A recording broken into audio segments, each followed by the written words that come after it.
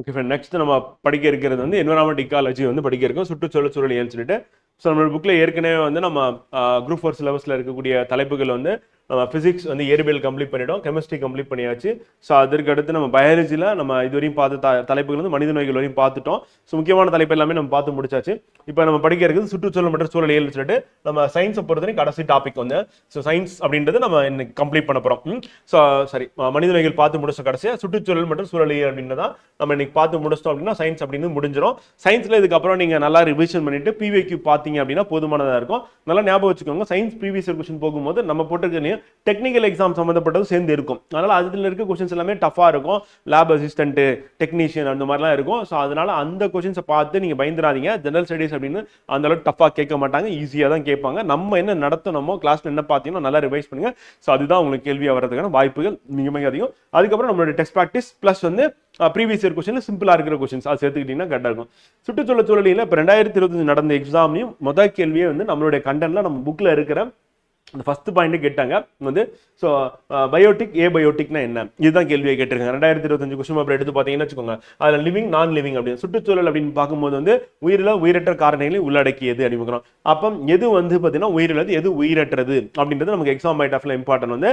So அதை பார்க்கும்போது வந்து உயிருள்ளது அப்படின்னு எடுத்துக்கிட்டோம் அப்படின்னா என்னெல்லாம் வரும் அப்படின்னா வந்து பார்த்தீங்கன்னா தாவரங்கள், விலங்குகள் அப்படின்றது உயிருள்ள காரணிகள் அப்படின்னு வரும். உயிரற்ற காரணிகள் எது வரும் அப்படின்னா வந்து மண், காற்று, நீர், சூரிய ஒளி அப்படின்னு பார்க்கலாம். ஸோ இதுதான் நமக்கு ஆப்ஷன்ஸ்ல கொடுத்துருந்தாங்க, ஸ்டேட்மெண்ட்டாக கொடுத்துருந்தாங்க. ஸோ இது வந்து இம்பார்ட்டன்ட் அப்படின்னு சொல்லி பார்க்குறோம் ஃப்ரெண்ட். ஓகேங்களா? ஸோ அடுத்து அந்த நான் லிவிங் அப்படின்னு பார்க்கும்போது ஏபயோட்டிக் ஃபேக்டர்ஸ் அப்படின்னு எடுத்துக்கிட்டோம் அப்படின்னா வந்து அதில் சன்லைட், ஏர், வாட்டர், மினரல், சாயில் அப்படின்னு இருந்தோம். லிவிங் திங்ஸ் அப்படின்னு எடுத்துக்கும் போது தாவரங்கள், விலங்குகள் மட்டும் கிடையாது, அது மட்டும் இல்லாமல் பாக்டீரியா வந்துடும் வந்து. ஸோ அப்போ பூஞ்சை இருக்கு, அது மாதிரி ஒரு சில உயிரினங்கள் இருக்கு அப்படின்னா அது எல்லாமே வந்து பார்த்தீங்கன்னா நமக்கு எதில் வந்துடும் அப்படின்னா உயிருள்ள காரணிகள். அப்போ உயிருள்ள காரணிகள் தாவரங்கள், விலங்குகள், பாக்டீரியா, உயிருள்ள காரணிகள். உயிரற்ற காரணிகள் அப்படின்னு பார்க்கும்போது வந்து பார்த்தீங்கன்னா எதெல்லாம் நமக்கு வரும் அப்படின்னா சூரியன் வரும், இதுக்கப்புறம் காற்று, நீர், தாது பொருட்கள் மற்றும் மண் அப்படின்னு பார்க்குறோம். இதெல்லாம் வந்து உயிருள்ள காரணிகள் எடுத்துக்காட்டு அப்படின்னு பார்க்கணும். அந்த எக்கோசிஸ்டம் அப்படின்னு பார்க்கும்போது நம்ம சூழ்நிலை மண்டலம் அப்படின்னும் போது எதை சார்ந்து இருக்கு அப்படின்னா சூழ்நிலை மண்டலத்தில் அப்படின்னும் போது என்னென்னலாம் வந்து முக்கிய பங்கு வகிக்கும் அப்படின்னு பார்க்கும்போது வந்து ஃப்ரெண்ட் வந்து பார்த்தீங்கன்னா சுற்றுச்சூழல் ஏற்படுகிற மாற்றங்கள், வெப்பநிலை உயர்வு, கனத்த மழை சூழ்நிலை மண்டலத்தில் மிகப்பெரிய தாக்கத்தை ஏற்படுத்தும் அப்படிங்க. அதன் காரணமாக அங்கே இருக்கக்கூடிய உயிரினங்கள் வந்து அதுக்கு தகுந்த மாதிரி தகவமைப்பை ஏற்படுத்தியிருக்கோம் அப்படின்னு சொல்லி பார்க்குறோம். அப்ப நம்ம எக்கோசிஸ்டம் சூழ்நிலை மண்டலம் அப்படின்னு பார்க்கும்போது இயற்கையாகவும் சூழ்நிலை மண்டலம் இருக்கு, செயற்கையாகவும் சூழ்நிலை மண்டலம் இருக்கு. இயற்கை சூழ்நிலை மண்டலத்துக்கு எடுத்துக்காட்டு வந்து நம்ம என்ன சொல்லலாம், காடு வந்து சொல்லலாம் வந்து நிலவாழ் சூழ்நிலை மண்டலம். அதே வந்து குளம் வந்து சொல்லலாம் நீர்வாழ் சூழ்நிலை மண்டலத்துக்கு எடுத்துக்காட்டாகுது. அதே செயற்கை சூழ்நிலை மண்டலம் மனிதனால் ஏற்படுத்தப்பட்டது அப்படின்னா வந்து தோட்டம் அப்படின்னு சொல்லலாம், அது நிலவாழ் சூழ்நிலை மண்டலத்துக்கு எடுத்துக்காட்டு செயற்கையில. அதே மாதிரி மீன் வளர் தொட்டி இருக்கு, அக்வாரியம் இருக்கு அப்படின்னா வந்து அது நீர்வாழ் சூழ்நிலை மண்டலம். அப்ப சூழ்நிலை மண்டலம் நிலத்திலேயே இருக்கு, நீர்லயே இருக்கு. நிலத்துல வந்து இயற்கைனா காடு, செயற்கைனா தோட்டம் வந்து. அதே நீர்ல வந்து இயற்கை அப்படின்னா குளம் வந்து, செயற்கை அப்படின்னா மீன் வளர் தொட்டி அப்படி பார்க்குறோம். ஸோ இது சூழ்நிலை மண்டலம் பார்க்குறோம். இது இம்பார்ட்டன்ட் கேட்பாங்க, செயற்கை எது இயற்கை எதுன்னு கேட்பாங்க, ஞாபகம் வச்சுக்கணும் அப்படின்னு சொல்லி பார்க்குறோம். சூழ்நிலை மண்டலத்தின் கூறுகள் அப்படின்னு பார்க்கும்போது இயற்பியல் காரணங்கள், மண் சார்ந்த காரணங்கள். இயற்பியல் காரணம் ஒளி, வெப்பம், காற்றின் ஈரப்பதம். மண் சார்ந்த காரணங்கள் மண்ணில் உள்ள கூறுகள், மண்ணில் உள்ள காற்று, மண்ணில் உள்ள ஈரப்பதம் அப்படின்றது. இது எல்லாமே வந்து நமக்கு சூழ்நிலை மண்டலத்துக்கு கூறுகளா இருக்கு. இது வந்து உயிரற்ற கூறுகள் அப்படின்ற கேட்டகரியில் வரும். அப்போ உயிருள்ளது அப்படின்னா தாவரம், விலங்கு, மனிதன் அண்ட் பாக்டீரியா அண்ட் ஒரு சில உயிரினங்கள் எல்லாமே உயிருள்ள கூறுகள். இதையே திருப்பி நம்ம கேட்டுட்டு இருக்காங்க. ஸோ அதனால நம்ம கொஞ்சம் டீட்டெயிலாக படிக்கிற மாதிரி இருக்கும் 6th இருந்து 12th வரையும் அப்படின்னு பார்க்கும்போது. இப்போ இயற்கை சூழ்நிலை மண்டலம் அப்படின்னு பார்க்கும்போது குளம் அப்படின்னு பார்க்குறோம். குளத்தில் இருக்கக்கூடிய மீன்கள் இருக்கலாம், அதே மாதிரி பூச்சிகள் இருக்கலாம், அதே மாதிரி தாவரங்கள் இருக்கலாம், மிதக்கக்கூடிய தாமரையில இருந்து எல்லாமே வந்து பார்த்தீங்கன்னா நமக்கு எதுல வருது அப்படின்னா நீர்வாழ் சூழ்நிலை மண்டலம், இயற்கை சூழ்நிலை மண்டலத்துக்கு எடுத்துக்காட்டா இருக்கு. அதே வந்து செயற்கையானது அப்படின்னு பார்க்கும்போது தோட்டம் வந்து சொல்லலாம். அதே மாதிரி ஃபிஷ் டேங்க் அப்படின்னு சொல்லி பார்க்கும்போது வந்து பார்த்தீங்கன்னா நம்ம நீர்வாழ் சூழ்நிலை மண்டலத்துக்கு மீன் வளர்ப்பு தொட்டி நம்ம பார்க்கலாம். அதை வந்து நம்ம வந்து செயற்கையா வந்து பார்த்தீங்கன்னா எடுத்துக்காட்டா வந்து சொல்லலாம் அப்படி பார்க்குறோம். ரெண்டுமே நமக்கு அவசியம். வந்து அடுத்து உணவு சங்கிலி அப்படின்னு எடுத்துக்கும் போது உணவு சங்கிலியில் இந்த ஆர்டர் எப்படி இருக்குன்னு கேட்பாங்க. கேட்டாங்க அப்படின்னா அப்போ உற்பத்தியாளர்ல யார் வருவா அப்படின்னா தாவரங்கள் தான் வரும். இப்போ உதாரணத்துக்கு உற்பத்தியாளர் தாவரங்கள் நெல் வந்து இருக்கு பார்க்கலாம். அப்போ அது அடுத்து வந்து பார்த்தீங்கன்னா இது வந்து முதல் நிலையும் பார்க்கணும் வந்து. அப்போ 2ஆம் நிலையில என்ன இருக்கும் அப்படின்னா வந்து இந்த தாவரத்தை உணவாக எடுத்துக்கூடிய தாவர உண்ணிகள் சொல்லுவாங்க. அது வந்து எலியா இருக்கலாம், மானா இருக்கலாம், வந்து முயலா இருக்கலாம், இதெல்லாம் தாவர உண்ணிகள் பார்க்கணும்.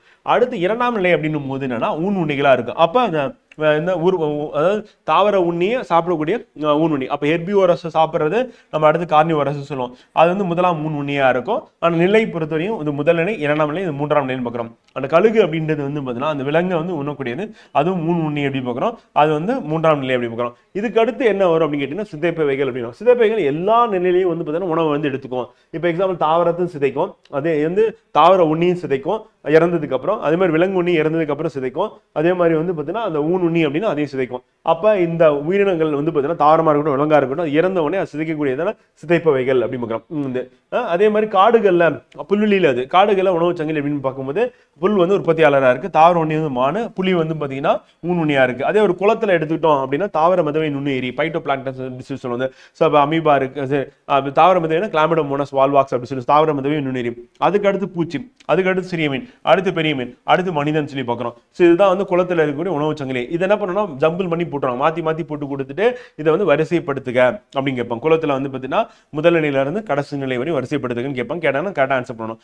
அதே வந்து நமக்கு அதே தான் மேலே பார்த்தது இங்கிலீஷ் இருக்குல்ல, தமிழ் பார்த்தா அதனோட இங்கிலீஷ் வந்து. அடுத்து வந்து பார்த்தீங்கன்னா அந்த மட்டம் அப்படின்னு எடுக்கும்போது முதலாம் ஊட்ட நிலை அப்படின்னும் போது உற்பத்தியாளர்கள் ஸ்டார்ட் ஆகும், தாவரங்கள் ஆரம்பிக்கும். அடுத்து வந்து என்னன்னா தாவர உண்ணிகள் அப்படின்னும் போது இரண்டாம் ஊட்ட நிலையில வந்துடும். முதலாம் ஊன் உண்ணிகள் அப்படின்றது வந்து பார்த்தீங்கன்னா மூன்றாம் ஊட்ட நிலையில் வரும். இரண்டாம் ஊன் உண்ணிகள் அப்படின்னு எடுத்தோம்னா நான்காம் ஊட்ட நிலை. அப்போ ஊட்ட நிலையை பொறுத்தவரையும் வந்து பார்த்தீங்கன்னா முதலாம் ஊட்ட நிலையான தாவரங்கள் தான் இருக்கும், தாவர உண்ணிகள் இரண்டாம் நிலையிலும், ஊன் உண்ணிகள் வந்து மூன்றாம் நிலையிலும், நான்காம் நிலையில வந்து பார்த்தீங்கன்னா அதுல ஊன் உண்ணியில் இரண்டாம் நிலை அப்படின்றது நமக்கு வரும் அப்படி பார்க்குறோம். அப்போ நம்ம எது ஞாபகம் வச்சுக்கலாம் அப்படின்னா இப்ப தாவரங்கள் அப்படின்னு முதலாம் ஊட்ட நிலை, எலி அப்படிங்கிறது இரண்டாம் ஊட்ட நிலை, பாம்பு மூன்றாம் ஊட்ட நிலை, கழுகு வந்து நான்காம் ஊட்ட நிலை அப்படிங்கும். ஸோ இப்போ இந்த ஊட்ட நிலையில உணவு சங்கிலியை பொறுத்தவரைன்னா ஒரு உறவு உடைந்தால் வந்து இப்போ எக்ஸாம்பிள் இந்த எலி வந்து அந்த இல்லை அந்த இடத்துல அப்படின்னா என்னன்னா அடுத்து பாம்பு உயிரோடு இருக்காது, அடுத்து வந்து கழுகு இருக்காது. அப்ப எதை சார்ந்துன்னா ஒன்றை ஒன்று சார்ந்து இருக்கும் அப்படி பார்க்கணும். ஸோ அப்போ ஒரு உறவு உடைந்தாலும் அதன் முடிவு ஒரு உயிரினத்தை அழிவு ஆகும் அப்படி பார்க்கணும். ஸோ அப்போ அங்க இருக்கிற பாம்பெல்லாம் பிடிச்சிட்டு போயிட்டாங்க, பாம்பே இல்லை. அப்புறம் அங்கே இல்லைன்னா இங்கே இருக்கிற எலியெல்லாம் வந்து பார்த்தீங்கன்னா எலி வந்து குறிப்பாக எலியெல்லாம் இல்லை இறந்துருச்சு அப்படின்னும் போது என்னன்னா அடுத்தடுத்த லெவலில் இருக்கிற உயிரினமும் இறந்துடும். அதுக்கு ஆல்டர்னேட் ஆப்ஷன் இருக்காது எங்கே அப்படின்னா வந்து உணவு சங்கிலியில். அப்போ உணவு சங்கிலியில் ஒரு உயிரினத்துக்கு ஒரே ஒரு உணவு தான் அங்கே வந்து இருக்கும் அப்படின்னு. அதே வந்து உணவு வலை அப்படின்னு எடுத்துக்கும் போது மல்டிபிள் ஆப்ஷன்ஸ் இருக்கும். இப்போ பாம்புக்கு பாருங்க ஆப்ஷன் வந்து ஒன்று வந்து எலியும் சாப்பிட்றோம் வந்து, அதே பாம்பு வந்து பார்த்தீங்கன்னா வெட்டுக்கிளியும் உணவாக எடுத்துக்குது, அதே பாம்பு என்ன பண்ணுதுன்னா தவளையும் உணவாக எடுத்துக்குது. அப்போ வந்து பார்த்தீங்கன்னா அந்த பாம்புக்கான மல்டிபிள் ஆப்ஷன்ஸ் இருக்கும்போது அது உயிரினம். இப்போ பாம்பு மட்டும் உணவாக எடுத்துக்கல கழுகு, இங்கே பார்த்தீங்கன்னா கழுகு என்ன பண்ணுது அப்படின்னா முயல் உணவாக எடுத்துக்குது, எலி உணவாக எடுத்துக்குது, கோழி எடுத்துக்குது, ஆடை கூட எடுத்துக்குது. அப்போ கழுகு அப்படின்றது என்ன பண்ணுன்னா இமாலயன் கோட்டு பொறுத்தவரைக்கும் கழுகு என்ன பண்ணும் ரொம்ப கிளவராக ஒரு வேலையை பார்க்கும். ஏன்னா இமாலயன் கோட்டு வந்து பார்த்தீங்கன்னா அந்த மலையில வந்து பாறை வந்து அங்கே வெட்டி வெட்டி இருக்கும், அந்த பாறையோட மேலே ஏறி ஏறி கஷ்டப்பட்டு மேலே போயிட்டு இருக்கும். எதுக்காகனா உணவுக்காக. அப்போ அந்த பாறையில அந்த பாறை எப்படி இருக்கும் அப்படின்னா இப்போ எக்ஸாம்பிள் ஒரு மலை இருக்கு அப்படின்னு வச்சுக்கோங்க ஃப்ரெண்ட், இங்கே இந்த மாதிரி இருக்கும், இந்த மாதிரி ஸ்டெப்பாக இருக்கும் வந்து. அப்போ பாறையில் ரொம்ப ரிஸ்க் எடுத்து தான் வந்து பார்த்தீங்கன்னா அந்த ஆடு வந்து என்ன பண்ணோம்னா மேலே ஏறிட்டு இருக்கும்.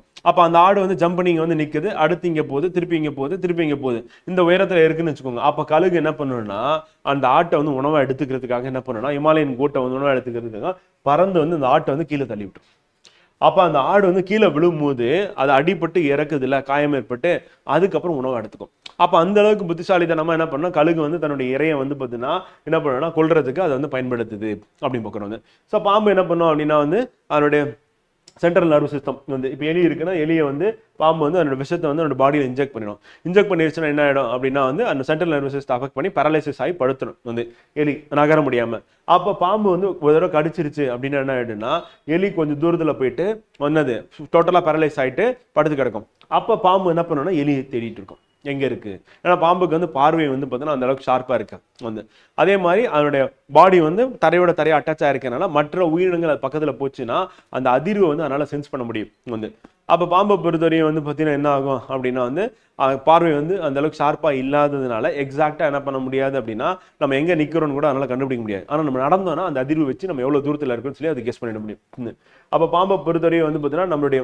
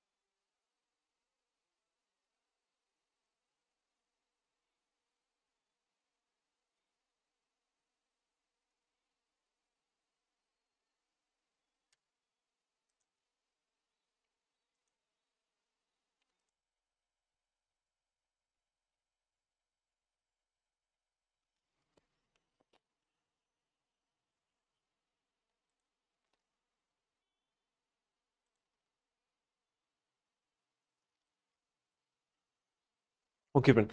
ஸோ நெட்வொர்க் இஷ்யூ வந்து சரியாயிருச்சு. ஸோ அப்படி பார்க்கும்போது வந்து பார்த்தீங்கன்னா மல்டிபிள் ஆப்ஷன்ஸ் இருந்தது அப்படின்னா அதுதான் நம்ம என்ன சொல்லுவோம் அப்படின்னா உணவு வலை அப்படின்னு சொல்லி சொல்லுவோம் வந்து. ஸோ அது நமக்கு எக்ஸாம் பாயிண்ட் ஆஃப்ல தெரியணும். ஸோ உணவு வலை அப்படின்னும் போது ஏதாவது ஒரு உயிரினம் அழிஞ்சாலும் அது பாதிக்கப்படாது அப்படின்னு சொல்லி பார்க்கணும் வந்து. ஸோ அதுக்கடுத்து வந்து பார்த்தீங்கன்னா இந்தியாவில் ஃபாரஸ்ட் அப்படின்னு நம்ம எடுத்துக்கும் போது டைப்ஸ் ஆஃப் ஃபாரஸ்ட்ல லார்ஜஸ்ட் ஃபாரஸ்ட் கவர் எங்கே இருக்குது அப்படின்னா வெப்பமண்டல நமக்கு பருவக்காற்று காடுகள் அப்படின்னா இருக்குல்ல அதிகம், அது வந்து இலையுதிர் காடுகள் நம்ம சொல்லுவோம் வந்து.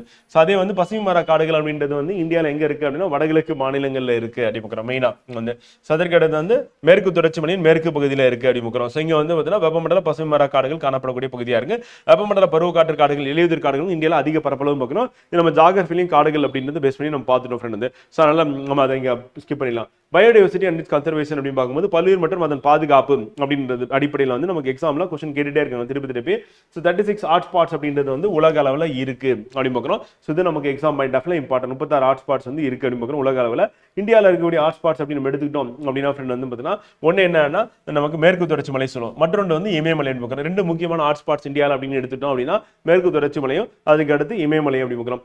இதை பேஸ் பண்ணி இப்போ 2024 நடந்த எக்ஸாம்ல கொஸ்டின் கேட்டாங்க. என்ன கேட்டாங்க அப்படின்னா வந்து நமக்கு அந்த உயிர் வாழிட பாதுகாப்பு இருக்குல்ல, அந்த பாதுகாப்பு அடிப்படையில் வந்து பார்த்தீங்கன்னா உயிரிய மிகை பல்வகை மண்டலங்கள் இந்தியாவும் ஒன்று. அது 1994 வந்து உலகளாவிய உயிரிய பல்வகை வகமை ஒப்பந்தம் அப்படின்றத இந்தியா வந்து சைன் பண்ணாங்க அப்படின்னு பார்க்குறோம் வந்து. ஸோ இதில் வந்து இந்தியா வந்து மெம்பர் ஆனாங்க அப்படின்னு பார்க்குறோம். கன்வென்ஷன் ஆன் பயாலஜிக்கல் டைவர்சிட்டி அப்படின்னு சொல்லுவோம். அது வந்து இன்டர்நேஷனல் கன்வென்ஷன் பார்க்குறோம். ஸோ இதில் வந்து இந்தியா எப்போ வந்து சேர்ந்தாங்க இந்த ICBD அப்படின்றது நமக்கு எக்ஸாம் பாயிண்ட் ஆஃப்ல கேட்டுருவாங்க. அதோட விரிவாக்கம் என்னன்னு சொல்லிட்டு. ஸோ அது இம்பார்ட்டன்ட். அதை பேஸ் பண்ணி நம்ம இந்தியாவில் என்ன பண்ணோம்னா நேஷனல் பயோடைவர்சிட்டி ஆக்ஷன் பிளான் அப்படின்றது மத்திய அரசு வந்து கொண்டு வந்தாங்க அப்படின்னு பார்க்குறோம். ஸோ அது இம்பார்ட்டன்ட் வந்து. ஸோ அப்போ உயிரினங்களை பாதுகாக்கிறதுக்காக தேசிய பாதுகாப்பு திட்டங்கள்ல வாழிட வெளி பாதுகாப்பு அப்புறம் உள் பாதுகாப்புன்னு சொல்லுவோம் வந்து. அது இன்சிட்டி எக்ஸிட்டி கன்சர்வேஷன் சொல்லுவோம். ஸோ அந்த ரெண்டு கன்சர்வேஷனும் வந்து இந்தியாவில் வந்து பார்த்தீங்கன்னா கொண்டு வந்தாங்க அப்படி பார்க்குறோம். அப்போ வாழிட உள் பாதுகாப்பு அங்கே எங்கே இருக்கோ அங்கே வச்சு பாதுகாக்கிறது அப்படி பார்க்குறோம். ஸோ அப்படி பாதுகாத்தா அந்த வாழிட உள் பாதுகாப்பு அது அதுக்கு எடுத்துக்காட்டு என்னன்னு கேட்டாங்கன்னா தேசிய பூங்காக்கள், உயிர்கோள காப்பிடங்கள், வனவிலங்கு புகலிடங்கள் இதெல்லாம் வந்து வாழிட உள் பாதுகாப்பு. இப்போ சூழல் உள் பாதுகாப்பு அப்படின்னு நம்ம சொல்லலாம். இல்லை வாழிட உள் பாதுகாப்பு அப்படின்னா வந்து எடுத்துக்காட்டு வந்து பார்த்தீங்கன்னா இந்த மூணுமே நம்ம ஞாபகத்துக்கு வச்சுக்கணும். அதே வாழிட வெளி பாதுகாப்பு அப்படின்னும் போது அழியக்கூடிய தாவரங்கள் விலங்குகள் இருக்கு அப்படின்னா அதை எடுத்துட்டு வந்து ஜுவாலஜிக்கல் பார்க்ல வச்சு பாதுகாக்கிறது. அப்போ விலங்கியல் பூங்காக்கள் அப்படின்னு சொல்லலாம். அது மாதிரி தாவரியல் தோட்டங்கள் சொல்லலாம். அப்போ தாவரியல் தோட்டங்கள் விலங்கியல் பூங்காக்கள் அப்படின்னா வெளி பாதுகாப்பு. அப்போ காட்டில் இருக்க உயிரினத்தை எடுத்துட்டு வந்து அங்கே வச்சு அதோட எண்ணிக்கை வந்து அதிகப்படுத்துறது பராமரிக்கிறது அப்படின்னு சொல்லி பார்க்குறோம். ஸோ அதான் வாழிட வெளி பாதுகாப்பு அப்படின்னு பார்க்குறோம். அதை இன்சிடிவ் எக்ஸிடிவ் கன்சர்வேஷனுக்கு இடையில வேறுபாடு அப்படின்னு பார்க்குறோம். அடுத்து உயிர்கோள காப்பகங்கள் அப்படின்னும் போது நம்ம இந்தியாவில் உயிர்கோள காப்பகங்கள் மொத்த எண்ணிக்கை எத்தனை இருக்கு அப்படின்னா வந்து பயோஸ்பியர் ரிசோர்ஸ் அப்படின்னு இந்தியாவை பொறுத்தவரையும் 18 இருக்கு அப்படின்னு பார்க்கணும் ஃப்ரெண்ட். இதை வந்து அங்கீகாரம் கொடுக்கறது யார் உலக அளவில் அப்படின்னா வந்து யுனெஸ்கோ அப்படின்ற அமைப்பு அப்படி பார்க்குறோம். சர்வதேச நிர்ணயம் செய்துள்ளது பார்க்குறோம்.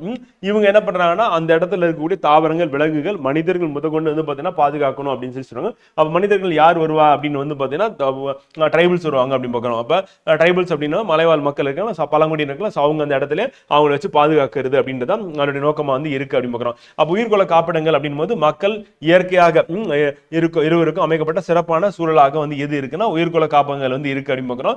இதுல மனிதன் மற்றும் உயிர்கோள திட்டம் மேன் அண்ட் பயோஸ்பியர் ப்ரோக்ராம் மூலமா வந்து பாத்தீங்கன்னா யுனெஸ்கோ வந்து பாத்தீங்கன்னா இதை பாதுகாக்கிறாங்க அப்படின்னு பார்க்கிறோம். அப்ப உயிர்கோள காப்பிடங்கள் திட்டத்தை யுனெஸ்கோவின் மனிதன் மற்றும் உயிர்கோள திட்டத்தின் மூலமாக வழி நடத்துகிறது அப்படின்னு பார்க்கிறோம். இதுல மொத்தம் எத்தனை உயிர்கோளங்கள் வந்து இருக்கு இந்தியாவில் அப்படின்னு பாத்தீங்கன்னா இந்தியாவில் இருக்க உயிர்கோள காப்பிடம் 18 இருக்கு அப்படின்னு பார்க்கிறோம். இது எக்ஸாம் பாயிண்ட் ஆஃப்ல இம்பார்ட்டன்ட். இது எப்ப தொடங்கப்பட்டது அப்படின்னு கேட்பாங்க. 1986ஆம் ஆண்டு தொடங்கப்பட்டது. இந்தியா வந்து கையொப்பமிட்டு தொடங்கப்பட்டது. முதல் உயிர்கோள காப்பிடமா எது வந்து ஏற்படுத்தினாங்க அப்படின்னா நீலகிரி அப்படின்னு பார்க்கிறோம். நீலகிரி எங்க இருக்கு அப்படின்னா தமிழ்நாடு கேரளா வந்து 2 மாநிலங்கள் நீலகிரி தமிழ்நாடு கேரளா கர்நாடகா வந்து 3 மாநிலங்களையும் சார்ந்தது அப்படின்னு பார்க்கிறோம். வந்து புக்லேயே மாறி தான் ஃப்ரெண்ட் இருக்கு ஸ்கூல் டெக்ஸ்ட் புக்ல. அகத்தியர் மலை அப்படின்றது வந்து தமிழ்நாடு கேரளா. அதே மாதிரி நீலகிரி அப்படின்றது வந்து கர்நாடகா தமிழ்நாடு கேரளா அப்படின்னு பார்க்குறோம். வந்து அது மன்னார் வளைகுடா வந்து தமிழ்நாட்டில் மட்டும் இருக்கு அப்படின்னு. அப்போ தமிழ்நாட்டில் உள்ள உயிர்கோள காப்பிடங்கள் மொத்தம் எத்தனை அப்படின்னு கேட்பாங்க. கேட்டாங்கன்னா மொத்தம் 3 இருக்கு அப்படின்னு பார்க்குறோம். ஒன்று நீலகிரி அப்படின்னு பார்க்குறோம். நீலகிரி எங்க இருக்குன்னு கேட்டாங்க அப்படின்னா வந்து தமிழ்நாடு கேரளா கர்நாடகா. அகத்தியர் மலை அப்படின்னு கேட்டாங்கன்னா தமிழ்நாடு கேரளா அப்படின்னு பார்க்குறோம். மன்னார் வளைகுடா அப்படின்றது வந்து பார்த்தீங்கன்னா உயிர்கோள காப்பிடமான இருக்கு. இது எங்க இருக்குன்னா தமிழ்நாட்டில் இருக்கு அப்படின்னு பார்க்குறோம். இது இம்பார்ட்டன்ட் பண்ணது. உயிரிமுக வளங்கள் அப்படின்னா பயோஸ்பியர் ரிசர்வ் இப்போ நம்ம பார்த்தோம்னா அதுதான் அது யுனெஸ்கோ கீழே வருது அப்படின்னு பார்க்கலாம். ஸோ இப்போ யுனெஸ்கோ பொறுத்தவரையும் வந்து பார்த்தீங்கன்னா அவங்க தான் வந்து நிர்வகிக்கிற மேன் அண்ட் பயோஸ்பியர் ப்ரோக்ராம் அப்படின்னு பார்க்குறோம். இந்த மேப் அப்படின்ற ப்ரோக்ராம் எப்போ ஆரம்பிச்சாங்க அப்படின்னா 1977 ஆரம்பிச்சாங்க. இந்தியா வந்து இதில் வந்து உறுப்பினர் ஆகி நம்ம உயிர்கோள காப்பகங்கள் வந்து 1986 இந்தியா வந்து செயல்படுத்தப்பட்டு வருகிறது அப்படின்னு பார்க்குறோம். ஸோ இப்போ இந்தியாவில் இருக்கிற பயோஸ்பியர் ரிசோர்ஸ் மொத்தம் எத்தனை அப்படின்னு பார்த்தீங்கன்னா 18, அது யுனெஸ்கோ கீழே இருக்கிறது 12 அப்படின்னு பார்க்குறோம். ஸோ எக்ஸாம் பாயிண்ட் ஆஃப்ல நமக்கு இது வந்து மிக மிக முக்கியம் அப்படின்னு பார்க்குறோம். அப்போ இந்தியாவில் இருக்கக்கூடிய உயிர்கோள காப்பகங்கள் எண்ணிக்கை வந்து 12 இருக்கு. யுனெஸ்கோக்கு கீழே மொத்தம் வந்து 18 இருக்குன்னு. தமிழ்நாட்டில் இருக்கிறது அப்படின்னு பார்த்தீங்கன்னா மொத்தம் 3 இருக்கு அப்படின்னு பார்க்குறோம். ஒன்று கல்ஃப் ஆஃப் மன்னார், மற்றொன்று நீலகிரி, அதுக்கடுத்து வந்து அகஸ்தியர் மலை அப்படின்னு பார்க்குறது. ஸோ இது மொத்தம் தமிழ்நாட்டில் 3 இருக்கு. டிஎன் பார்த்தீங்கன்னா தெரியும். மற்றது எல்லாமே எந்தெந்த மாநிலத்தில் இருக்கு அப்படின்னு படிச்சுக்கணும். சுந்தர்பான் ரொம்ப ஃபேமஸ் ஆனது வெஸ்ட் பெங்காலில் இருக்கு அப்படின்னு பார்க்குறது. அதே மாதிரி நந்தாதேவி வந்து உத்தரகாண்ட், நோக்ரெக் மேகாலயிலும், கிரேட் நிக்கோபார் அந்தமான் நிக்கோபார் ஐலாண்ட்லையும், பச்சமார்கி மத்திய பிரதேசம், சிம்லிபால் வந்து ஒடிசாவும், அச்சனகுமார் அமர்கண்டக் சத்தீஸ்கர் மத்திய பிரதேசம், கச்சன்ஜங்கா வந்து சிக்கிம்லையும், பன்னா அப்படின்றது மத்திய பிரதேசத்துல இருக்கு அப்படின்னு பார்க்குறோம். மொத்தம் 12 உயிர்கோள காப்பீடங்கள் வந்து யுனெஸ்கோ கீழே இருக்கு. மொத்தம் இந்தியாவில் இருக்கிறது வந்து 18 அப்படின்னு பார்க்குறோம். அப்போ 13 18 மீதி என்ன இருக்குன்னா மானஸ் அப்படின்றது அசாம்ல இருக்கு, திபாங் வந்து அருணாச்சல பிரதேசத்தில் இருக்கு, கிரேட் ரான் ஆஃப் கட்ச் அப்படின்னு குஜராத்தில் இருக்கு, கோல்டு டெசர்ட் வந்து குளிர் பாலைவனம் வந்து இமாச்சல் பிரதேசல இருக்கு, தீப்ரு சைகோவா அசாம்ல இருக்கு, அண்ட் சேஷாத்தல மீல்ஸ் வந்து ஆந்திர பிரதேசல இருக்கு அப்படின்னு பார்க்குறோம். அப்போ உயிர்கோள காப்பீடங்கள் அப்படின்னு எடுத்துக்கும் போது வந்து பார்த்தீங்கன்னா ஸோ அது எப்படி இருக்கும் அப்படின்னா உள்ளுக்குள்ள சென்டர்ல இருக்கிறது என்ன சொல்லுவோம் கோர் ஏரியா அப்படின்னு சொல்லுவாங்க. ஸோ அதுக்கு அடுத்து வந்து சுற்றி இருக்கக்கூடிய ஏரியா வந்து பஃபர் ஏரியா, அப்புறம் டிரான்சிஷன் ஏரியா சொல்லி 3 பகுதியாக பிரிச்சிருப்பாங்க. ஸோ இங்கே ரிசர்ச் மட்டும் தான் அலௌடு, செட்டில்மெண்ட்டுக்கு அலௌடு கிடையாது. கோர் ஏரியா அங்கே வந்து இருக்கிற உயிரினங்களை தொந்தரவு பண்ணக்கூடாது, டிஸ்டர்ப் பண்ணக்கூடாது அப்படின்னு சொல்லிட்டு கோர் ஏரியா உருவாக்கி வச்சிருப்பாங்க அப்படின்னு பார்க்குறோம். ஸோ தமிழ்நாட்டை பொறுத்தவரையும் உயிர்கோள காப்பகங்கள் அப்படின்னு பார்க்கும்போது வந்து பார்த்தீங்கன்னா ஒன்று நீலகிரி ஃப்ரெண்ட் வந்து இதான் நீலகிரி உயிர்கோள காப்பகம். இது வந்து அகஸ்தியர் மலை வந்து திருநெல்வேலி டிஸ்ட்ரிக்ட்ல தென்காசி இருக்குல்ல, ஸோ அது அகஸ்தியர் மலை வந்து. அடுத்து ராமேஸ்வரம் இருக்குல்ல, ராமநாதபுரம் வந்து தூத்துக்குடி இருக்குல்ல, ஸோ இங்கே வந்து மன்னார் வளைகுடா அப்படி பார்க்குறோம். ஸோ இது கல்ஃப் ஆஃப் மன்னார்ல வந்து இருக்கு, அது உயிர்கோள காப்படம் அப்படி பார்க்குறோம். ஸோ அப்போ நமக்கு உயிர்கோள காப்படம் தமிழ்நாட்டில் அப்படின்னு 3 பகுதிகளில் இருக்கு அப்படின்னு பார்க்குறோம். ஸோ அது நமக்கு இம்பார்ட்டன் வந்து. அடுத்து மரபணு வங்கிகள் அப்படின்னும் போது என்னன்னா அழியும் நிலையில் இருக்கக்கூடிய தாவரங்கள் இருக்குல்ல, ஸோ தாவரங்கள் விலங்குகள் இருக்குல்ல, ஸோ அதனுடைய இதை வந்து மரபினங்களை வந்து பாதுகாக்கிறது அப்படின்றத இன செல்களையும் விதைகளையும் பாதுகாக்கிறது. அப்ப இன செல்களையும் விதைகளையும் பாதுகாக்கக்கூடியதான் என்னன்னா மரபணு வங்கிகள் அப்படின்னு பார்க்கிறோம். அப்ப கோல்டு ஸ்டோரேஜ் ஃபெசிலிட்டி, அப்ப வெப்பநிலை மிக குறைவாக உள்ள இப்போ எக்ஸாம்பிள் அண்டார்டிகா, அதே மாதிரியும் வடக்கு ஆர்டிக் கடல் இருக்குல்ல அதுக்கு அருகாமையில் வந்து இல்லைன்னா இமயமலை பகுதிகளில் வந்து எப்பவுமே மைனஸ்ல டெம்பரேச்சர் இருக்கக்கூடிய பகுதியில் எடுத்துட்டு போய் ஸ்டோர் பண்ணி வைக்கிறது அப்படின்றதான் வந்து நம்ம மரபணு வங்கிகள். இதுல வந்து விதைகளையும் இன செல்களையும் விலங்குகளோட வின செல்களையும் சேமிச்சு வைப்பாங்க ஒரே நிலையில அப்படின்னு பார்க்குறோம். அதான் வந்து மரபணு வங்கி அப்படின்னு பார்க்குறோம். அதுக்கடுத்து ஆர்கனைசேஷன் வந்து பார்த்தீங்கன்னா பல்லுயிர் பாதுகாப்பில் ஈடுபட்டுள்ள நிறுவனங்கள், அதனோட விரிவாக்கம் நமக்கு கேள்வியை கேட்டிருக்காங்க. இப்போ 2025 நடந்த எக்ஸாம்லையும் IUCN என்னன்னு கேட்டிருக்காங்க. இயற்கை மற்றும் இயற்கை வளங்களின் பாதுகாப்புக்கான சர்வதேச ஒன்றியம் பார்க்குறோம். எங்க இருக்குன்னா சுவிட்சர்லாந்தில் இருக்கு, அதோட தலைமையகம் பார்க்குறோம். அது இம்பார்ட்டன்ட். இங்கிலீஷ்லையும் படிச்சு வச்சுட்டா கரெக்டாக இருக்கு friend. International Union for Conservation of Nature and Natural Resources அப்படின்னு பார்க்குறோம். எக்ஸாம் பாயிண்ட் ஆஃப்ல இம்பார்ட்டன்ட் ஃப்ரெண்ட். அதே மாதிரி வேற என்ன நிறுவனங்கள்லாம் இருக்கு அப்படின்னு பார்க்கும்போது ரெட் டேட்டா புக் இது ரிலீஸ் பண்றது யாரு 2024 கொஸ்டின் வந்து IUCN ரிலீஸ் பண்றாங்க. இதுல வந்து அழிந்து வரக்கூடிய தாவரம் மற்றும் விலங்குகள் பத்தின குறிப்பு வந்து இருக்கு அப்படின்னு பார்க்குறோம். ஸோ அது எக்ஸாம் பாயிண்ட் ஆஃப்ல இம்பார்ட்டன்ட் வந்து.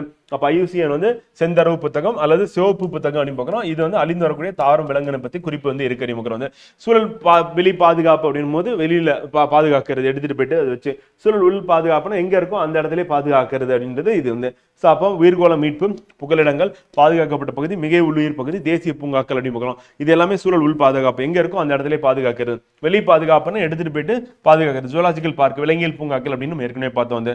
அப்போ அமைப்பு அப்படின்னு பார்க்கும்போது IUCN முக்கியமான ஒரு அமைப்பா இருக்கு. International Union of Conservation of Nature அப்படின்னு பார்க்கலாம். Union for Conservation of Nature. அடுத்து பிளான்ட் ஜெனடிக் ரிசோர்சஸ் அப்படின்னு சொல்லி தாவர மரபியல் வளங்களுக்கான தேசிய கழகம் எங்க இருக்குன்னா புதுடில்லியில் இருக்கு. வந்து விலங்கு மரபியலுக்கான தேசிய கழகம் எங்க இருக்கு அப்படின்னா வந்து கமல் ஹரியானால இருக்கு அப்படின்னு பார்க்கணும். ஹரியானா அப்படின்னு பார்க்கணும். சதா வந்து. அடுத்து மீன் மரபியல் வளங்களுக்கான தேசிய கழகம் வந்து அலகாபாத் எங்க இருக்குன்னா உத்தரப்பிரதேசத்துல இருக்கு. வந்து சுற்றுச்சூழல் மற்றும் காடுகள் மத்திய அமைச்சகம் உங்களுக்கு தெரியும். ஸோ அதுதான் வந்து செயல்படுத்திட்டு வராங்க அப்படின்னு. அடுத்து foundation for the revitalisation of local health tradition அப்படின்னு பெங்களூர்ல, அதோட இல்லை சென்டர் ஃபார் எக்காலஜிக்கல் சயின்சஸ் பெங்களூர்ல இருக்கு, கர்நாடகா. அது வந்து இம்பார்ட்டன்ட் பண்ணது. விலங்கு அதாவது விலங்குகளுக்கான வந்து மையம் அப்படின்னு பார்த்தோம்னா சென்டர் ஃபார் எக்காலஜிக்கல் சயின்சஸ் வந்து பெங்களூர்ல இருக்கு, அது important. World wild life fund அப்படின்றது இந்தியாவிலும் இருக்கு அப்படின்னு பார்க்குறோம். ஸோ அது இம்பார்ட்டன்ட் வந்து. அடுத்து புலிகள் திட்டம் எப்போ ஆரம்பிச்சாங்கன்னு கேட்டுருவாங்க. 1973 அப்படி பார்க்குறோம். வெரி வெரி இம்பார்ட்டன்ட் வந்து பார்த்தீங்கன்னா, ஸோ எக்ஸாம்பிள் கொஸ்டினாக கேட்கறதுக்கான வாய்ப்பு இருக்கு அப்படிங்கிறோம். முதல் முதல் மாநிலம் எதுனா உத்தரகாண்ட் மாநிலத்தில் ஜிம் கார்பெட் தேசிய பூங்கால புலிகள் திட்டம் தொடங்கப்பட்டது. எங்க தொடங்கினாங்க முதல்ல அப்படின்னு கேட்டுருவாங்க. கேட்டாங்கன்னா வந்து உத்தரகாண்ட்ல ஜிம் கார்பெட் நேஷனல் பார்க்ல தொடங்கினாங்க அப்படின்னு பார்க்குறோம். ஸோ இது இம்பார்ட்டன்ட். இதுக்காக இருக்கக்கூடிய ஆணையத்தோட பேர் கேட்டுருவாங்க. NTCA வந்து national tiger conservation authority. So அது இம்பார்ட்டன்ட் வந்து. இது எது கீழே வருது அப்படின்னா வந்து பார்த்தீங்கன்னா 1972 வைல்ட் லைஃப் ப்ரொடெக்ஷன் ஆக்ட் கீழே வருது. அப்ப தேசிய புலிகள் காப்பக ஆணையம் வந்து NTCA பார்க்குறோம். ஸோ விரிவாக்கம் கேட்டுருவாங்க. எப்போ ஏற்படுத்தினாங்க அப்படின்னா வந்து 1972ஆம் ஆண்டு சட்டத்தின் கீழே ஏற்படுத்தப்பட்ட அமைப்பு அப்படின்னு பார்க்குறோம். ஸோ அது நமக்கு எக்ஸாம் பாயிண்ட் ஆஃப்ல இம்பார்ட்டன்ட் கொஸ்டினாக கேட்டுருவாங்க. தேசிய புலிகள் காப்பக ஆணையம் வந்து பார்த்தீங்கன்னா 2015 தொடங்கப்பட்ட அறிக்கையில் வெளியிடும் போது புலிகளோட எண்ணிக்கை அப்படின்றது 2212 பார்க்குறோம். புக்ல இருக்க டேட்டா இப்போ 3000க்கு மேல புலிகளோட எண்ணிக்கை வந்து அதிகரிச்சிருக்கு. எந்த அமைப்பு எந்த சட்டத்துக்கு கீழே இருக்கு அப்படின்னு கேட்டாங்க அப்படின்னா வந்து 1972 அப்படின்னு பார்க்குறோம் வந்து. அது இம்பார்ட்டன்ட். அடுத்து 1992 வந்து ப்ராஜெக்ட் எலிஃபண்ட் வந்து. ஸோ அதையும் நமக்கு இம்பார்ட்டன்ட் வந்து பார்த்தீங்கன்னா, ஸோ வன அமைச்சர் யானை திட்டம் தொடங்கப்பட்டது 1992. அதுக்கடுத்து ஆபரேஷன் ரெய்னோ அப்படின்னா வந்து காண்டாமிருகம் இருக்கு 1990 வந்து. அடுத்து சிங்கங்கள் சரணாலயம் வந்து கிர் ஃபாரஸ்ட் 1972 வந்து குஜராத்தில் இருந்திருக்கு. முதலை வளர்ப்பு திட்டம் வந்து 1975 வந்து. இந்தியாவில் உள்ள 3 முதலைகள் அப்படின்னு பார்க்கும்போது நன்னீர், உப்பு நீர், கரியல் அப்படின்னு சொல்லி பார்க்கணும். ஸோ நன்னீர் முதலை அப்படின்னு ஃப்ரெஷ் வாட்டர் கரியல் அப்படின்றது வந்து பார்த்தீங்கன்னா இதுதான் அதனுடைய ஏரி, குளம், அப்புறம் டேம் இந்த இடத்துல இருக்கும். சால்ட் வாட்டர் கொக்கடைல்னா கடற்கரை ஓர பகுதியில், கலிமுக பகுதியில் இது காணப்பட இருக்கிறோம். அதே வந்து நமக்கு கரியல் அப்படின்றது எங்க இருக்குன்னா கேஞ்சஸ் அப்படின்னு பார்க்கணும். ஃபிஷ் ஈட்டிங் தான் இது வந்து பார்த்தீங்கன்னா. ஸோ கங்கை கரை இருக்குல்ல, ஸோ கங்கையில் வந்து இருக்கக்கூடியது அப்படின்னு பார்க்குறோம். ஸோ இது வந்து பொல்யூஷன் காரணமாக என்னோட எண்ணிக்கை வந்து வேகமாக குறைஞ்சிட்டு இருக்கு, வேட்டையாடுறதுனால குறைஞ்சிட்டு இருக்கு. சிவப்பு புள்ளி வர புத்தகம் அப்படின்றது வந்து நம்ம ஏற்கனவே பார்த்தோம் செந்தரவுன்னு சொல்லிட்டு, இது வந்து IUCN மூலமா வந்து ரிலீஸ் பண்ணக்கூடியது அப்படின்னு பார்க்குறோம். ஸோ அது நமக்கு எக்ஸாம் பாயிண்ட் ஆஃப்ல இப்போ அழிந்து வரக்கூடிய தாவர விலங்குகள் அந்த பட்டியல் இவங்க போடும்போது வந்து பார்த்தீங்கன்னா மொத்தம் 8 வந்து பிரிக்கிறாங்க. எத்தனை வகையாக வந்து பிரிக்கிறாங்க சிவப்பு பட்டியலன்னு கேட்பாங்க. கேட்டாங்கன்னா 8 வகையாக பிரிக்கிறாங்க அப்படின்னு பார்க்குறோம். மரபற்று போனவை அப்படின்னா எக்ஸ்டிங்க்ட் வந்து மொத்தமாக உலகத்தை விட்டே போயிருச்சு. அப்புறம் வனத்தில் காட்டில் இல்லை ஆனால் வந்து ஜூலாஜிக்கல் பார்க்கில் வந்து இருக்கு அப்படின்னு பார்க்குறாங்க. அது மாதிரி கிரிட்டிக்கலி என்டேஞ்சர்டு அப்படின்னு பார்க்குறோம். அப்புறம் என்டேஞ்சர்டு பார்க்குறோம் வந்து. ஸோ மிகவும் ஆபத்தான நிலையில் உள்ளது, அதுக்கப்புறம் அழியும் நிலையில் உள்ளது அப்படின்னு பார்க்குறோம். இதுதான் நமக்கு எக்ஸாம்ல அடிக்கடி கேட்கக்கூடிய 2 அப்படின்னு பார்க்குறோம் வந்து. மொத்தமாக 8 இருக்கு அப்படின்னு பார்த்து வச்சுட்டோம்னாலும் சரியா இருக்கும் ஃப்ரெண்டு. அதுக்கப்புறம் நேஷனல் சிம்பிள் அப்படின்னு எடுத்துக்கும் போது வந்து நம்ம சுற்றுச்சூழல் தேசிய விலங்குனா புலி வந்து, தேசிய பூ வந்து தாமரை, தேசிய பழம் வந்து மாங்கனி, தேசிய மரம் வந்து ஆலமரம், தேசிய பாரம்பரிய விலங்கு வந்து யானை அப்படின்னு பார்க்குறோம் வந்து. ஸோ அது நமக்கு எக்ஸாம் பாயிண்ட் ஆஃப்ல இம்பார்ட். 1950 வந்து அழிந்த இனமான சிறுத்தை அப்படின்னு பார்க்குறோம் வந்து. அதாவது வந்து சீட்டான்னு சொல்லலாம். அது வந்து அழிஞ்சிருச்சு. இப்போ திருப்பி இந்தியாவில் ரீஇன்ட்ரடியூஸ் பண்ணியிருக்காங்க அப்படின்னு பார்க்குறோம். புகழ் வாய்ந்த அதே மாதிரி ஆமைகள் அப்படின்னா ஆலிவ் ரிட்லி டட்டல் அப்படின்றதும் ஒடிசாவுடைய அந்த பீச்சில் வந்து பார்த்தீங்கன்னா இனப்பெருக்கம் வந்து முட்டையிடுறதுக்காக வருது அப்படின்னு பார்க்குறோம் வந்து. ஸோ அதோட இனத்தை வந்து அதிகப்பட்ட பருந்து அழகு ஆமை அப்படின்னு தமிழ்நாட்டில் வந்து பார்த்தீங்கன்னா லாகர் ஹெட் டட்டல் அப்படின்னு சொல்லி சொல்லுவோம். ஸோ அதுவும் வந்து ஃபேமஸ் ஆனது தமிழ்நாட்டில் அப்படின்னு பார்க்குறோம். ஸோ ஒடிசாவை பொறுத்தவரையும் ஆலிவ் ரிட்லி டட்டல் அப்படின்றது, தமிழ்நாட்டை பொறுத்தவரையும் வந்து பருந்து அழகு ஆமை அப்படின்றது முக்கியம் வாய்ந்தது அப்படிங்கிறோம். தமிழ்நாட்டினுடைய சின்னங்கள் அப்படின்னு பார்க்கும்போது மாநில பறவையை வந்து பார்த்தீங்கன்னா பச்சை புறா, மரகத புறான்னு சொல்லுவோம் வந்து பார்த்தீங்கன்னா. அது மாதிரி வரையாடு, நீலகிரி தார் அப்படின்றது வந்து பார்த்தீங்கன்னா ஸ்டேட் அனிமலாக இருக்கு. நம்மளுடைய ஃப்ளவர் வந்து பார்த்தீங்கன்னா செங்காந்தல் மலர் அப்படின்னு பார்க்குறோம், க்ளோரி லில்லின்னு சொல்லிட்டு. அதே மாதிரி வந்து மரம் அப்படின்னு எடுத்துட்டோம் அப்படின்னா வந்து பனை மரம் அப்படின்னு பார்க்குறோம். பனை மரம் அப்படின்னு பாம் ட்ரீ அப்படின்றது நம்மளுடைய மாநில மரமாக வந்து இருக்கு அப்படின்னு பார்க்குறோம்.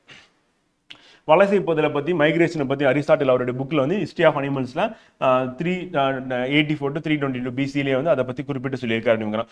வலசை போதலை பற்றி முதல்ல சொன்னது யாருன்னா அரிஸ்டாட்டில். அவருடைய புக்கு வந்து பார்த்தீங்கன்னா நமக்கு ஹிஸ்ட்ரி ஆஃப் அனிமல்ஸ் அப்படின்னு புத்தகத்தில் சொல்லியிருக்காரு அப்படிங்கிறோம். ஸோ அது இம்பார்ட்டன் வந்து. அது ஆமைகளும் வலசை போதல் அப்படின்றது மூலியமாக தான் வந்து நம்ம கடற்கரை, இந்திய கடற்கரையில் வந்து முட்டையிடுது அப்படிங்கிறோம்.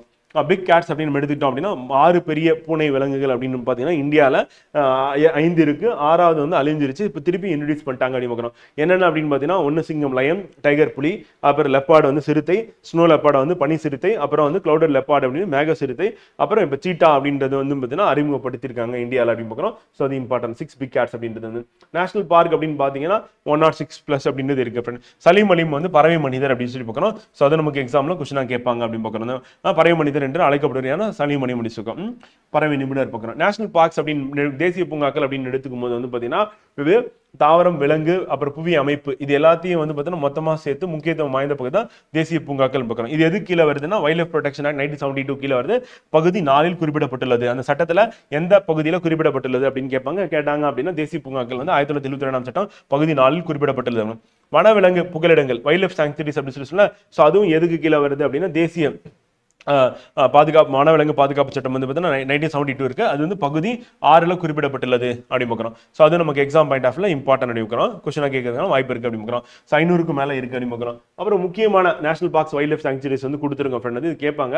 பந்திப்பூர் தேசிய பூங்கா, ஜிம்மி கார்பெட் தேசிய பூங்கா, கிர் தேசிய பூங்கா, கன்கா தேசிய பூங்கா, பரத்பூர் தேசிய பூங்கா, மானஸ் சுந்தரவன தேசிய பூங்கா, இதெல்லாம் எங்கெங்க இருக்கு அப்படின்னு கேட்பாங்க. இதுல விலங்கை பொறுத்தவரையும் கிர் தேசிய பூங்கா பொறுத்தவரையும் ஆசிய சிங்கங்கள் அப்படின்றது கேட்டுருவாங்க வந்து. ஸோ அது வந்து எக்ஸாம் பாயிண்ட் ஆஃப்ல இம்பார்ட்டன் அப்படிங்கும். அது மனஸ் அப்படின்னும் போது வந்து அங்கே முக்கியமானது அப்படின்னு பார்த்தீங்கன்னா அஸ்ஸாமில் இருக்கு. அதுக்கு அடுத்து வந்து பார்த்தீங்கன்னா காசிரங்கா முக்கியமானது. ஸோ காசிரங்கா அப்படின்றது வந்து பார்த்தீங்கன்னா காண்டாமிருகங்களுக்கு புகழ்பெற்றதுன்னு பார்க்குறோம். ஸோ அதுவும் நம்ம கேட்கறதுக்கான வாய்ப்பு இருக்கு அப்படின்னு சொல்லி பார்க்குறோம் வந்து.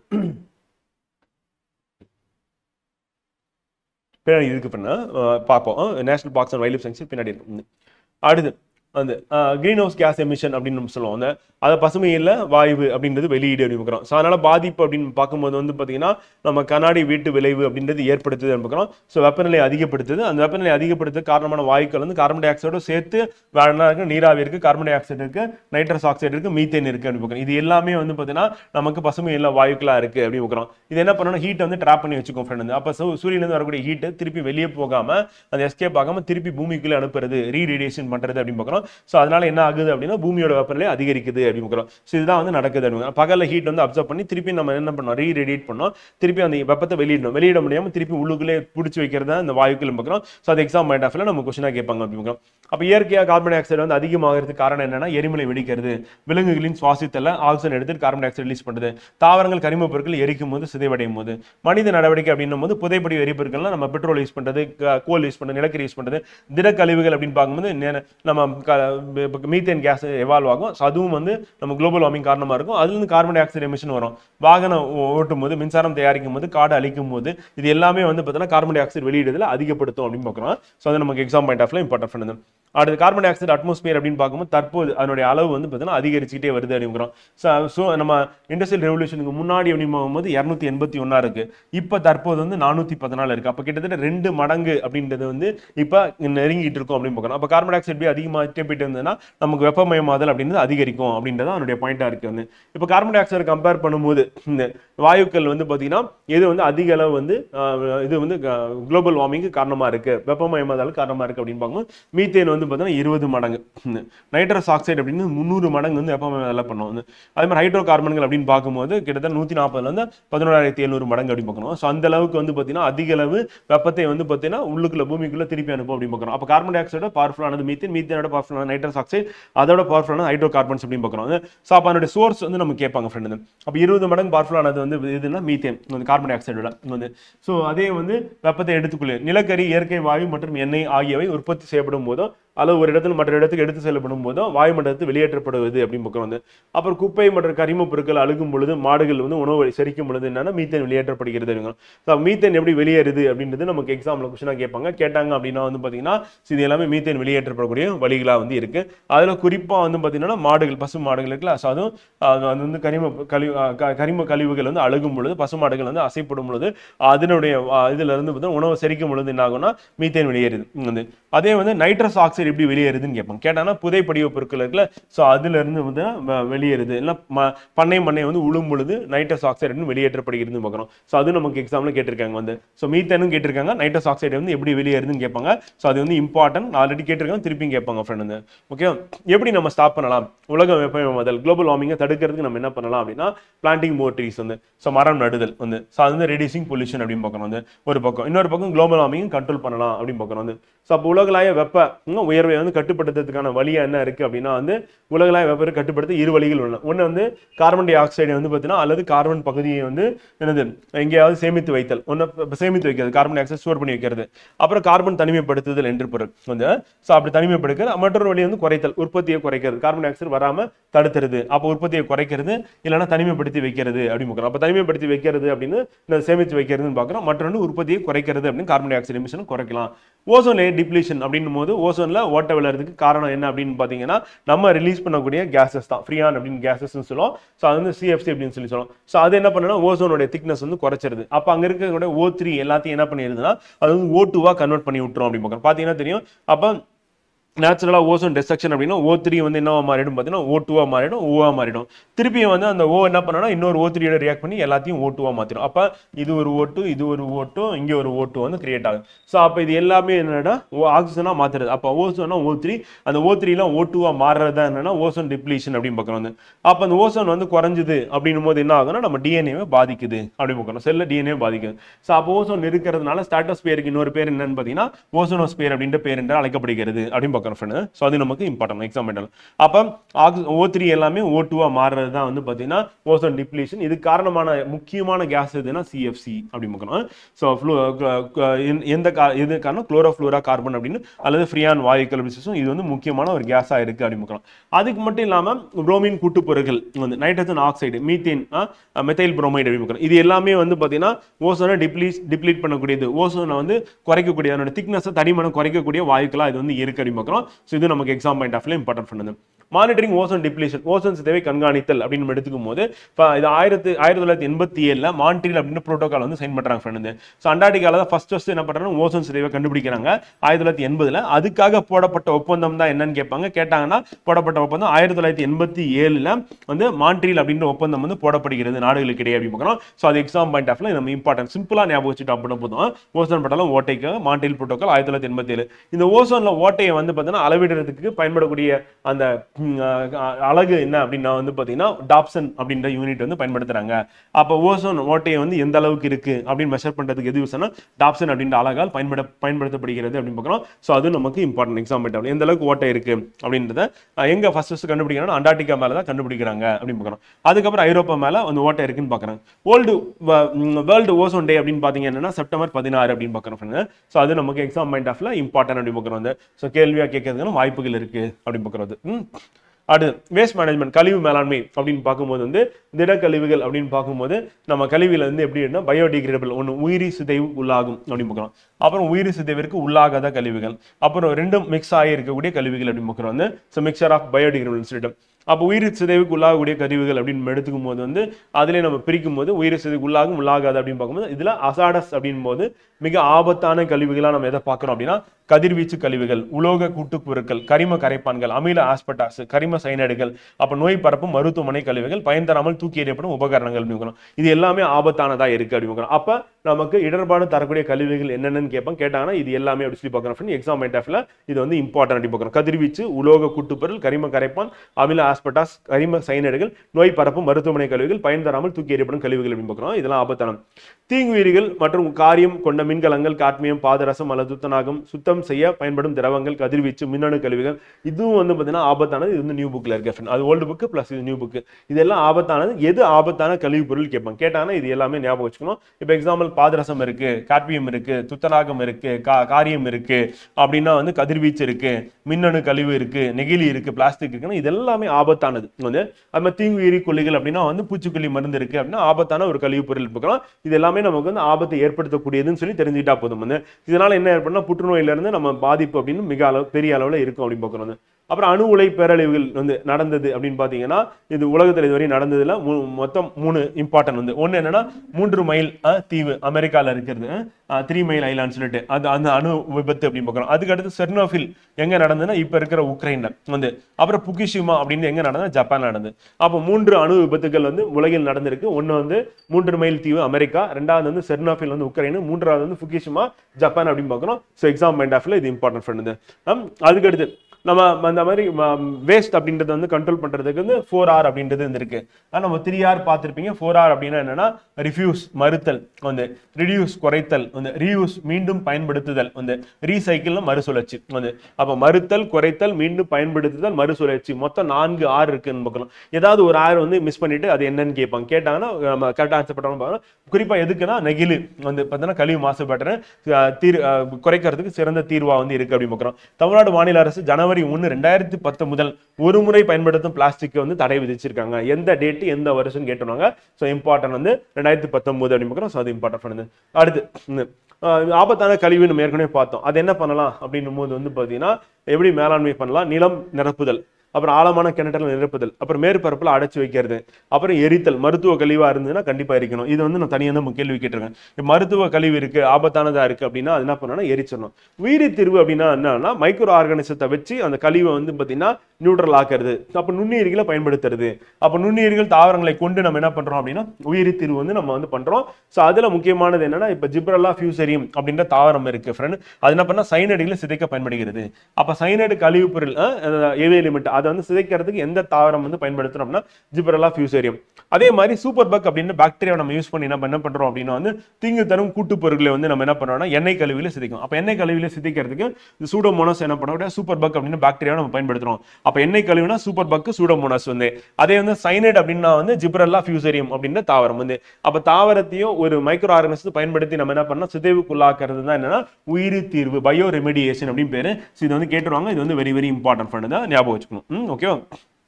அடுத்து மற்ற கழிவுகள்லாம் சுகாதார நில நிரப்புதல், எரித்தல், மறு பயன்பாடு மற்றும் மறுசுழற்சி இதெல்லாம் பண்ணோம்னா திடக்கழிவு மேலாண்மைக்கு இது வந்து பயன்படும் அப்படின்னு பார்க்குறாங்க. அடுத்து ஏர் பொல்யூஷன், காற்று மாசு அப்படின்னு நம்ம எடுத்துக்கும் போது நமக்கு ரெண்டு பிரச்சனை இருக்கும். என்னன்னா பர்டிகுலர் மேட்டர் PM 2.5 and 10 அப்படின்னு சொல்லுவோம் ஃப்ரெண்ட். இதை வந்து காற்று மாசுல முக்கியமான வாயுக்களை எதை வந்து கணக்கிடுறாங்கன்னா sulphur dioxide, nitrogen dioxide, carbon monoxide, carbon dioxide. அப்ப 4 வாயுக்கள் sulphur dioxide, nitrogen dioxide, carbon monoxide, carbon dioxide. அதுல இருக்க துகள்கள்லாம் 2.5 and 10 அப்படின்னு பார்க்குறோம் PM வந்து. ஸோ அதுவும் வந்து காற்று மாசுபடுத்திகளா இருக்கு. காற்று மாசுபடுத்திகளுக்காக மெஷர் பண்றதுக்கு அதை மெஷர் பண்றதுக்கு எதை யூஸ் பண்ணா சமீர் அப்படின்ற ஆப் வந்து பார்த்தீங்கன்னா, அப்ப சமீர் அப்படின்ற ஆப் வந்து பார்த்தீங்கன்னா தேசிய அளவில் காற்று மாசு கண்காணிக்கக்கூடியதா வந்து இருக்கு அப்படிங்க. ஸோ அது நமக்கு எக்ஸாம் பாயிண்ட் ஆஃப்ல இம்பார்ட்டன்ட்.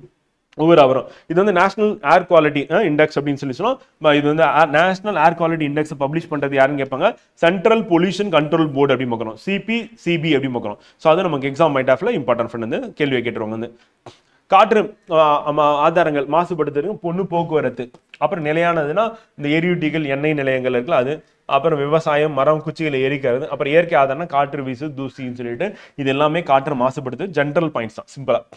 யுனெஸ்கோடைய பாரம்பரிய சின்னமா எது இருக்குன்னா தாஜ்மஹால் இருக்கு. ஸோ அதுவும் வந்து இந்த காற்று மாசுனால சேதமடைஞ்சிருக்கு. ஆக்ராவை சுற்றி இருக்கக்கூடிய தொழிற்சாலையில இருந்து வரக்கூடிய வாயுக்கள் வந்து என்னாச்சுன்னா அந்த ஆக்ராவுடைய அந்த வெள்ளை கல் இருக்குல்ல, அது பளிங்கு கல், அது என்ன ஆயிடுச்சு அப்படின்னா மஞ்சள் நிறத்துக்கு மாறிவிட்டன அப்படின்னு. இது காரணம் காற்று மாசு அப்படின்னு பார்க்கலாம். சட்ட பாதுகாப்பு, காற்று மாசுக்காக எந்த சட்டம் கொண்டு வந்திருக்காங்க அப்படின்னா வந்து மாசுபாட்டினையும் குறைக்கிறதுக்காக 1981ஆம் ஆண்டு இயற்றப்பட்ட 1987ஆம் ஆண்டு திருத்தி அமைக்கப்பட்டது. அப்ப காற்று மாசு சட்டம் அப்படின்றது எப்ப கொண்டு வந்தாங்க, 1987, திருத்தி அமைக்கப்பட்டது 1987.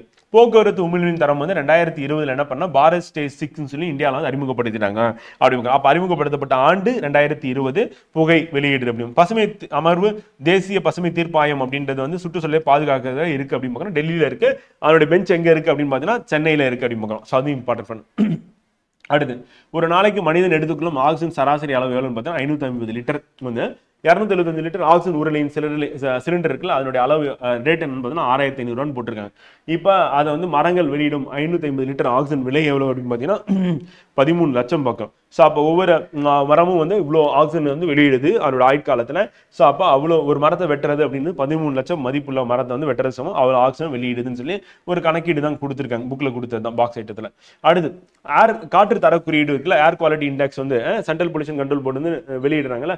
ஸோ அதில் 0 to 50 இருந்தது அப்படின்னா சிறந்தது. அப்போ இதில் வந்து ஆபத்தானது, கேடு விளைவிக்கக்கூடியது அப்படின்னு வந்துன்னா 300க்கு மேலே போச்சுன்னா கேடு தரக்கூடியதுன்னு பார்க்குறோம். வந்து அசாடஸ் வந்து அன்ஹெல்தி அப்படின்றது வந்து பார்த்தீங்கன்னா 200ல இருந்து 100. அப்போ சிறந்தது அப்படின்னா வந்து பார்த்தீங்கன்னா 0 to 50. ஆபத்தானது வந்து ஃபர்ஸ்ட் லாஸ்ட் நம்ம நோட் பண்ணிக்கிட்டோம்னா கரெக்டாக இருக்கும். இல்லை என்ன கேட்பாங்கன்னா ரெட்டு அந்த மெரூன் கலர் இருக்குல்ல, அது வந்து கேட்பாங்க. கேட்டாங்கன்னா 200லேருந்து 300 வந்து ரெட்டு, மெரூன் வந்து 300க்கு மேலே. அதே கிரீன் அப்படின்றது வந்து என்னன்னா 0 to 50. அதே லைட் கிரீன் அப்படின்னா 51 to 100 அப்படின்னு பார்க்குறோம். மேலே 2 கீழே 2 நோட் பண்ணிக்கோங்க. ஸோ அது போதும் எக்ஸாம் பாயிண்ட் ஆஃப்ல. ஒலி மாசுபாடு நம்ம ஏற்கனவே பார்த்தாச்சு சார். காற்று மாசுபாடு ஏற்கனவே பார்த்துட்டோம். ஒலி மாசுபாடு அப்படின்னு நம்ம எடுத்துக்கிட்டோம் அப்படின்னா வந்து அதிகப்படியான இரைச்சல் தான் ஃப்ரெண்ட் வந்து ஒலி மாசுபாடு. இதுக்கு சட்ட பாதுகாப்பு அப்படின்னு வந்து விதி வந்து 51A ஒலி மாசுபாடு நெறிப்படுத்தல் கட்டுப்பாடு பிரிவு.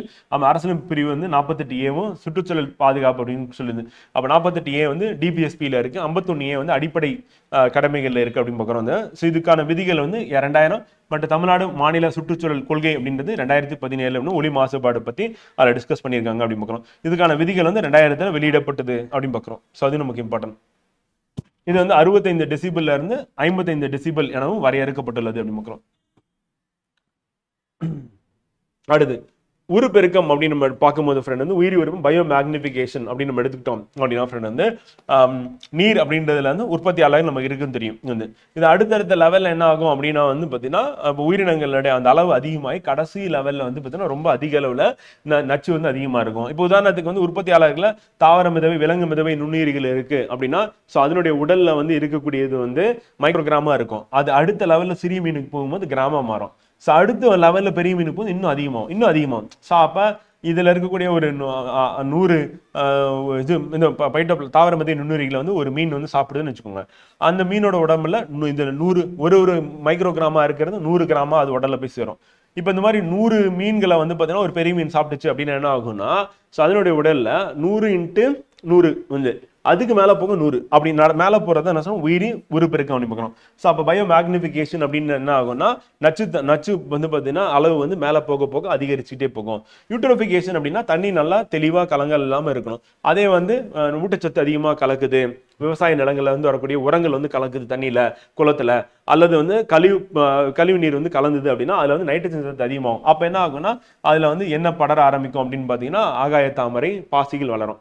அது இறந்து அந்த ஆக்சிஜன் அளவை குறைச்சிரும். அப்ப அங்க இருக்கிற உயிரினங்கள் இங்க பாத்தீங்கன்னா மீன்களோட எண்ணிக்கை வந்து இங்க வந்து ஒரு 5 இருக்கு, இங்க 4, அங்க 2 ஆயிருச்சு. அப்ப அதுதான் என்னன்னா யூட்ரோஃபிகேஷன் அப்படின்னா உணவூட்ட நிலைகள், மிகை உணவூட்ட நிலைகள் பார்க்குறோம். பாதிப்பு எங்க ஏற்படுத்தணும் நீர்நிலைகள் அப்படின்னு ஞாபகம் வச்சுக்க வேண்டியதான். காரணம் நைட்ரஜன் சத்து அதிகரிக்கிறதுனால அப்படின்னு பார்க்குறோம்.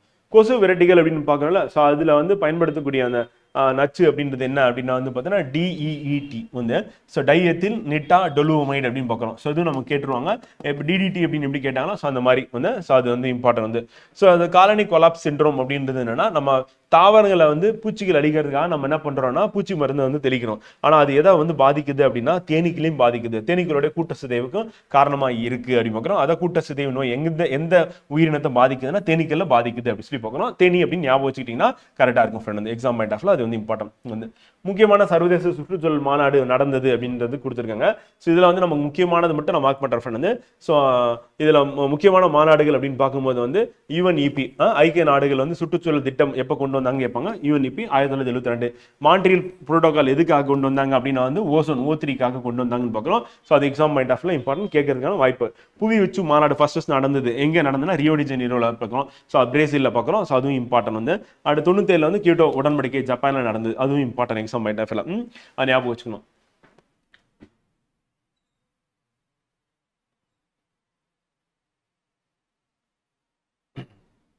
அவ்வளோ. ஸோ அது மட்டும் ஞாபகம் வச்சுட்டா போதும். அப்புறம் காடுகளின் பாதுகாவலர் என்றாரையும் பிஷ்நாய்க்கள் அப்படின்னு பார்க்கணும். இவங்க வந்து மக்கள் என்ன பண்ணா மரத்தை வந்து பாதுகாக்கிறதுக்கு கட்டி பிடிச்சாங்க. ஸோ அதான் வந்து பிஷ்நாய்ஸ் அப்படின்னு சொல்லுவோம். இவங்க எங்க இருக்காங்க இந்த கம்யூனிட்டி அப்படின்னு வந்து ராஜஸ்தான்ல இருக்காங்க அப்படின்னு பார்க்கணும். அடுத்து வந்து சுந்தர்லால் பகுகுணாவுடைய மூவ்மெண்ட் வந்து பாத்தீங்கன்னா காடுகளில் பாதுகாக்கிறதுக்காக சுந்தர்லால் பகுகுணா வந்து தலைவராக வந்து இருந்தார் 1970களில். சிப்கோ மூவ்மெண்ட் அப்படின்னு பார்க்குறோம். அப்போ சிப்கோ மூவ்மெண்ட் யாருன்னு கேட்டாங்கன்னா சுந்தர்லால் பகுகுணா அப்படின்னு பார்க்குறோம் வந்து. ஸோ அது நமக்கு இம்பார்ட்டன்ட் வந்து. அப்புறம் வந்து ஜாதவ் பயாங் அப்படின்னு இந்தியாவின் வன மனிதன் என்று அழைக்கப்படுகிறார். ஸோ அதுவும் நமக்கு இம்பார்ட்டன்ட் வந்து கேட்டுருவாங்க, கேள்வியை கேட்டுருவாங்க.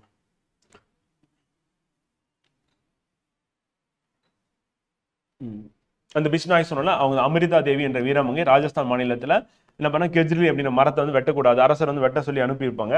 ஆனால் அவங்க தடுப்பாங்க. அதனால அவங்க உயிரையும் வந்து பணையம் வச்சு மரத்தை காப்பாற்ற போயிருப்பாங்க. ஸோ அப்போ அந்த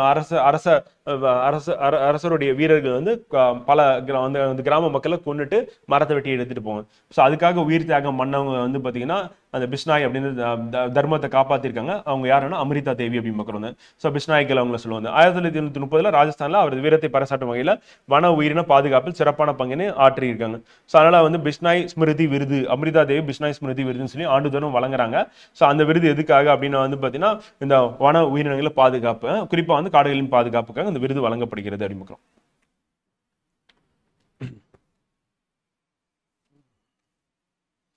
இது இம்பார்ட்டன்ட் ஃப்ரெண்ட். என்ன அப்படின்னா உயிரினங்களுக்கு இடையே வந்து பார்த்தீங்கன்னா செயல்கள் அப்படின்னு சொல்லலாம். இதுல வந்து பார்த்தீங்கன்னா மியூச்சுவலிசம் ரெண்டுமே பெனிஃபிட் ஆகிறது அப்படின்னா ஒருங்கீரி நிலைன்னு சொல்லுவாங்க. இதுல வந்து லைக்கன்கள் பூஞ்சை வேர்கள் சொல்லுவாங்க. ஒரு உயிரினம் இன்னொரு உயிரினம் சார்ந்து வாழும், ரெண்டுமே பெனிஃபிட் ஆகும், ப்ளஸ் வந்து. ஸோ அதான் வந்து மியூச்சுவலிசம் சொல்றோம். இது நமக்கு எக்ஸாம் பாயிண்ட் ஆஃப்ல கொஸ்டினா வந்து கேட்குறாங்க ஃப்ரெண்ட். அதை ஸோ அதை ஞாபகம் வச்சுக்கலாம். அவ்வளோதான், அந்த மியூச்சுவலிசம் மட்டும் போதும்.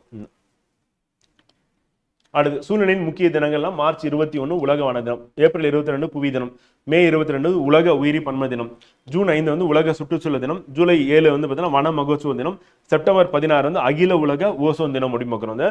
ஸோ இது இம்பார்ட்டன்ட், இன்டர்நேஷனல் ஓசோன் டே அப்படி பார்க்குறோம். ஸோ எக்ஸாம் பாயிண்ட் ஆஃப்ல கொஸ்டினாக கேட்டுருவாங்க ஃப்ரெண்ட், வந்து வெரி வெரி இம்பார்ட்டன்ட். வந்து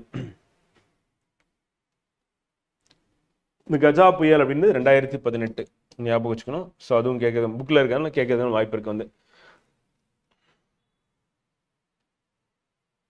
இந்த முத்துப்பேட்டையில வந்து குறைந்த அளவு பாதிப்பு காரணம் என்னன்னா அங்க மேங்குரு சதுப்பு நில காடுகள் இருந்ததுன்னு பார்க்கணும். பிச்சாவரம், முத்துப்பேட்டை, கோடியக்கரை இங்க வந்து சதுப்பு நில காடுகள் காணப்படுகிறது. ஸோ அது எக்ஸாம்ல கொஸ்டினா கேட்டுருவாங்க, அது இம்பார்ட்டன்ட் எடுக்கிறோம். ஓகேங்களா? ஸோ இது வந்து நமக்கு exam point of important. And நம்ம என்விரான்மெண்ட் இக்காலஜி இங்க கம்ப்ளீட் பண்ணியாச்சு ஃப்ரெண்ட். வந்து ஓகே. ஸோ இன்றைய வகுப்புல சாரி ஃப்ரெண்ட், டைம் மாதிரி ஆயிடுச்சு.